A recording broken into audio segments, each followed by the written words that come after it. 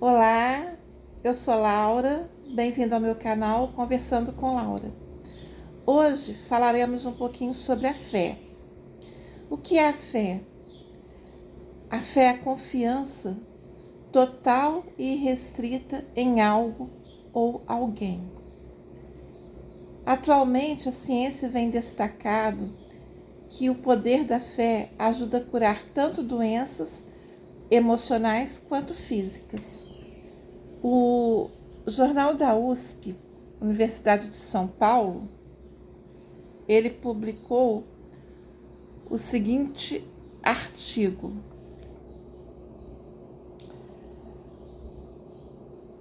um estudo realizado na Escola de Enfermagem da Universidade de São Paulo, USP, em Ribeirão Preto, mostrou que a religiosidade fortalece pacientes que lutam contra o câncer.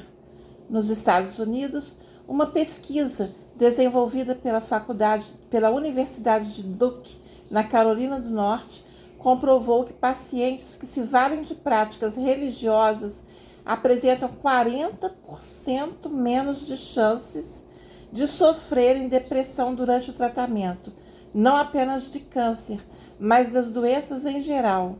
Ao que tudo indica, a fé representa um reforço para o sistema imunológico. Então, essa fé, como conquistá-la? A fé, ela já nasce conosco. Ela pode ser depois ampliada, mas eu acredito que, como somos filhos de Deus, temos dentro de nós a perfeição de uma chama divina, porque Deus falou que somos criados à sua imagem e semelhança. Então, dentro do nosso coração, dentro da nossa alma, dentro do mais profundo do nosso ser, há a chama da fé. A chama da fé que nos move, nos alimenta e nos sustenta. Temos diversos exemplos de fé desde a criação do mundo. Eu gostaria de dividir só alguns com você. Abraão, ele nasceu por volta do 2º milênio antes de Cristo, na cidade de Ur, na Caldeia. Ur era uma cidade muito próspera, com ciência e tecnologia avançadas. Quando Abraão tinha 75 anos, disse-lhe o Senhor: sai da tua terra, da tua parentela e da casa de teu pai, e vai para a terra que te mostrarei. Gênesis 12, 1. Abraão foi obediente à vontade de Deus. Deixou sua casa, sua terra, seus parentes e seguiu, somente com sua esposa Sara, seu sobrinho Ló, seus servos, numa jornada longa e difícil para uma terra que ele nem ao menos sabia onde era. Abraão e Sara não tinham filhos. Deus prometeu a Abraão que seria pai de uma descendência incontável como as estrelas do céu. Quando Abraão tinha 100 anos, Sara, sua esposa, deu à luz a Isaque, o filho da promessa. E isso foi uma felicidade incontável para ambos. Em Gênesis 22, 3 vimos: e aconteceu depois destas coisas que provou Deus a Abraão. E disse-lhe: Abraão. Abraão respondeu: eis-me aqui, Senhor. E Deus disse: toma teu filho, teu único filho Isaque, a quem amas, e vai-te à terra de Moriá, e oferece-o ali em holocausto sobre uma das montanhas, que eu te direi. Então se levantou Abraão pela manhã bem cedo, e arrumou seu jumento, tomou consigo 2 de seus servos e Isaque seu filho. Cortou lenha para o holocausto, levantou-se e foi até o lugar que Deus o dissera. Não há amor maior no mundo do que um pai por seu filho. Abraão esperou 100 anos para ter seu filho, o filho da promessa de Deus. Então, não há como duvidar que Abraão amava infinitamente seu filho. Mas, pelo poder da fé, Abraão saiu tomou seu único filho, a quem amava incondicionalmente, e o levou para sacrificá-lo. Imagine o que sentiu Abraão durante esse percurso, enquanto levava Isaque para o sacrifício. Uma dor infinita, mas uma certeza de que estava fazendo o que Deus havia mandado. E Abraão achava que ao imolar Isaque, Deus o traria dos mortos. Essa era a certeza de Abraão. Só que quando lá chegou, quando ele levantou a faca para imolar seu filho Isaque, o anjo do Senhor veio, segurou sua mão e disse: Abraão, não faça isso, não machuques Isaque. E Deus providenciou um cordeiro a quem eles sacrificaram. Então, um grande exemplo de fé foi de Abraão, pai das grandes nações que hoje acreditam no mesmo Deus, o Deus único, o Deus de Abraão. E ele foi pai de uma imensa nação, como Deus havia prometido. Moisés, ele foi criado como príncipe do Egito. Tinha tudo para ser um grande príncipe, e o que ele fez? Ao descobrir que ele era hebreu, ele ficou muito triste com a situação que o povo vivia, né? E ao ver um hebreu ser espancado por um egípcio, ele matou o egípcio. Matar um egípcio era um crime imperdoável, especialmente para um estrangeiro como era Moisés. Então Moisés fugiu do Egito, estabeleceu-se em Midian, onde casou-se com Zípora. Teve 2 filhos, cuidava do rebanho de seu sogro. Quando ele tinha 80 anos e vivia essa vida boa, provou Deus a Abraão e lhe disse... Provou Deus a Moisés e lhe disse: Moisés, desculpem.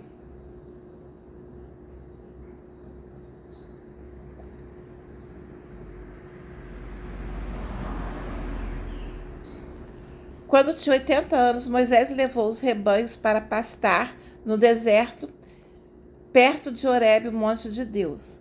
E apareceu-lhe um anjo do Senhor numa chama de fogo dentro de uma sarça e disse: Tire tuas sandálias, porque está num local sagrado.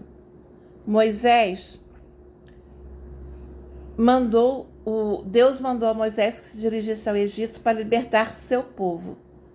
Moisés, ele hesitou, ele não se sentia capacitado para ir, mas atendeu o chamado de Deus. E todos sabemos o que aconteceu. O povo hebreu foi liberto do Egito.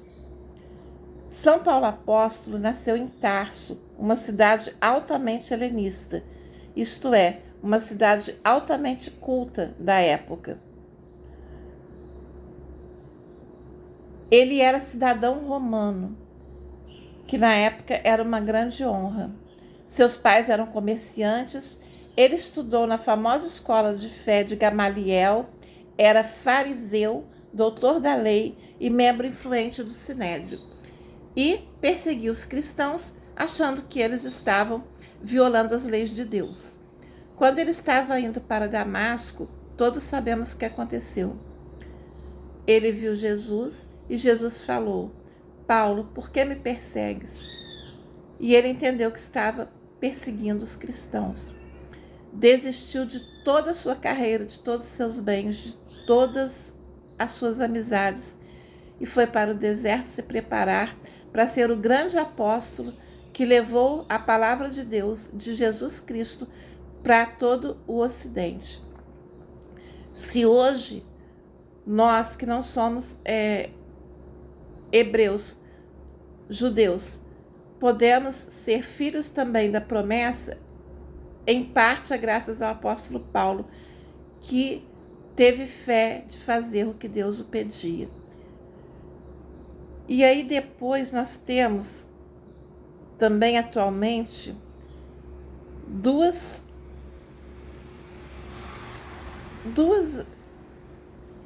personalidades assim que se imbuíram da fé. Um é Gandhi. Eu vou falar de um que não é cristão, porque senão vai achar que eu estou fazendo um vídeo só para cristãos, e não é. O objetivo é fazer um vídeo sobre a fé, sobre a esperança.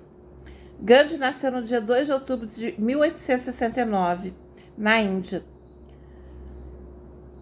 O pai de Gandhi era o primeiro-ministro do Principado onde eles viviam. Ele concluiu seus estudos na Índia e foi enviado para cursar Direito na University College London, em Londres, na Inglaterra. Em 1893, Gandhi foi contratado para trabalhar na África do Sul, onde teve contato com preconceito racial sobre os negros e também sobre a sua raça. A partir de 1919, Gandhi colocou em prática seu princípio de resistência não violenta, que havia sido utilizado na África do Sul. A mobilização das massas sob a influência de Gandhi conduziu a Índia à sua independência, sem derramamento de sangue. Então foi um grande homem que, pela fé, ele conseguiu mudar a situação política do seu país. Outra pequena, porque ela é baixinha, grande mulher, Madre Teresa de Calcutá. Madre Teresa, ela nasceu na Macedônia, no sudeste da Europa, em 1910. Aos 12 anos, ela, visitando um santuário, sentiu um chamado para tornar-se freira e servir a Deus. Então, em 1928, ela entrou para a casa das irmãs de Nossa Senhora de Loreto, em Dublin, na Irlanda. E depois ela foi para a Índia, para lecionar em um colégio para meninas.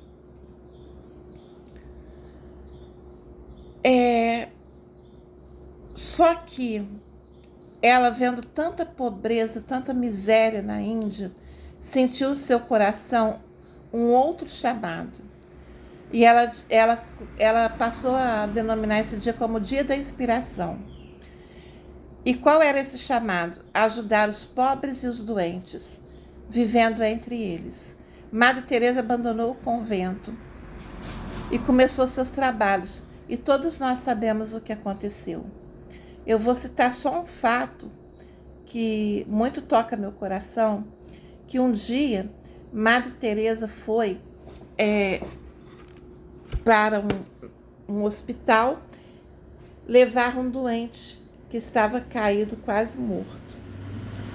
Ela passou perto do hospital e viu que aquele doente não estava sendo atendido porque não tinha dinheiro. Madre Teresa, uma mulher pequena, de estatura, frágil, pegou aquele senhor no colo, entrou dentro do hospital e disse: ele precisa de atendimento. A resposta que teve era que ele não podia ser atendido porque ele não tinha dinheiro. E ela disse: só sairei daqui quando ele for atendido. E ficou por muito tempo com ele no colo na recepção do hospital, até que se comprazeram da situação dela e atenderam esse senhor. E nós sabemos onde levou a fortaleza de Madre Teresa, o atendimento de tanta gente, a conversão de tanta gente. Então, a fé é esse sentimento maior que eu, maior que você, que nos leva a conseguir mudar tudo o que está acontecendo. Eu vou contar um fato para vocês, onde a minha fé foi causa primordial. Em 2006, mais ou menos, eu já havia feito o esvaziamento axilar, porque o primeiro câncer que eu tive foi um câncer no braço, chamado neurofibrosarcoma. É um câncer raro que dá nos nervos. E ele deu no meu nervo radial, do braço direito. Então, eu tinha feito um esvaziamento axilar após a cirurgia do câncer, a radioterapia. haviam linfonodos doentes e eu precisei tirar. Ao retirá-los, um mês depois voltaram assim muitos casos e o oncologista pediu para eu ir a São Paulo consultar um cirurgião oncológico. Na época, aqui em Volta Redonda, acho que não havia. Eu fui, chegando lá, num hospital muito grande, muito famoso. Ele me atendeu, estávamos eu e meu marido. E ele falou assim, vai ter que fazer uma desarticulação. Eu perguntei o que era uma desarticulação, eu falei, vai ter que amputar meu braço? Ele falou, não, o braço não. Do ombro até abaixo do seio, tirar tudo. E vocês podem imaginar o que eu senti na hora. Perder metade do meu tórax. E essa cirurgia devia ser feita rapidamente, não podia esperar.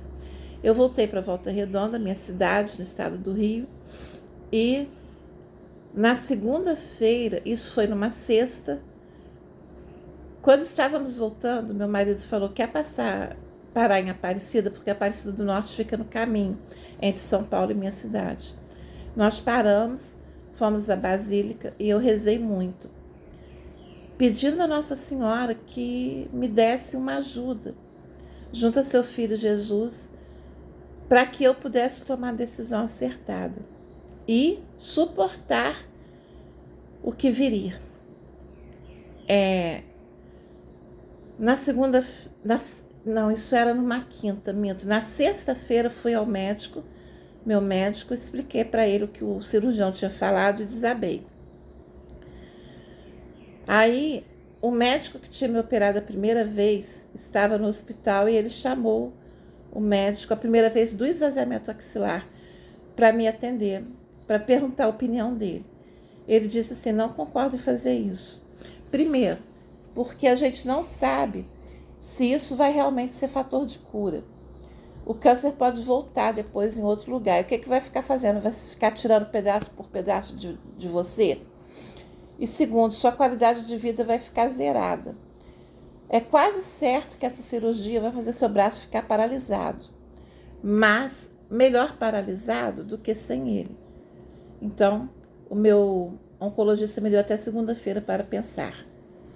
E eu vim andando do hospital para pegar o ônibus, que na época eu não estava mais dirigindo, e andando pela Avenida Amaral Peixoto, que é a avenida principal da minha cidade, eu pedi a Deus, falei, eu não me sinto capaz de tomar essa decisão, porque a minha filha era muito pequena, e eu ficava imaginando assim, minha filha vendo aquele quadro da mãe sem praticamente metade do tronco, e sem o braço e sem o tronco, e não tinha possibilidade nenhuma de haver uma prótese, nem nada desse sentido. E eu pedi para Deus, me dá um norte, me dá um sinal. O que eu faria? Ou eu seguia meu coração e operava aqui na minha cidade e não perderia parte de mim, ou iria para São Paulo fazer o que os médicos oncológicos achavam ser o certo. Nisso me chamou a atenção um enfeite que eu vi em uma loja. E eu pensei assim, bem, vou me dar um presente para ficar um pouquinho mais alegre. E entrei na loja e perguntei o preço do presente. A senhora que estava me atendendo me disse que aquilo não estava à venda. E eu agradeci. Na hora que eu fui saindo, ela me chamou. Falou assim, mas por que você queria? Eu falei, não, porque eu gostei muito. Então ela me olhou e falou assim, olha, isso nunca aconteceu comigo e espero que você não ache muito esquisito, mas Deus mandou te dar um aviso. Siga seu coração. Eu desabei na hora, contei para ela. Ela me deu o enfeite de presente. O nome dela é Tânia. Tânia, se você estiver assistindo, um beijo para você. E na mesma hora, chegando em casa, eu liguei para o cirurgião e disse que ia operar aqui em Volta Redonda. No dia seguinte eu me internei e logo fiz a cirurgia. Não perdi meu braço. Realmente ele ficou paralisado muito tempo, mas isso é uma outra história que eu vou contar para vocês. Hoje ele se mexe, não tão normal, mas se mexe e não me impede de fazer nada. Eu faço várias coisas e inclusive bordo, pinto, tudo com ele. E algum tempo após, nós descobrimos que o câncer já estava no pulmão, numa metástase, e se eu tivesse feito essa amputação, né, que chama desarticulação, não teria adiantado nada, porque o câncer já tinha espalhado. Então, a fé me fez seguir o meu coração. Eu pedi um aviso para Deus, eu pedi um sinal, mas eu segui o impulso que me veio de entrar naquela loja e ouvir aquela mulher. Então, é isso que eu queria deixar para vocês. Tenham fé, muita fé, mas não feche seu coração à vontade de Deus. Saibam entender os sinais. Às vezes Deus nos manda um sinal através de uma pessoa, como foi no meu caso. Às vezes, através de uma palavra que você lê num livro, num filme que você está assistindo. E Deus usa qualquer coisa para mandar sinais. E nós temos que estar com olhos, corações e ouvidos abertos aos sinais. Fiquem com Deus. Espero ter ajudado. Quero pedir um favor muito grande para você. Se minhas conversas estão te ajudando, dê um like no vídeo. Se inscreva no meu canal. Faça um comentário. Compartilhe e aperte o sininho de notificação para você receber meus vídeos. Assim, você estará me ajudando a fazer com que o YouTube distribua meus vídeos para mais e mais pessoas que precisem de uma palavra de amor, de carinho, de consolo. Um beijo, fiquemos todos com Deus e muita luz.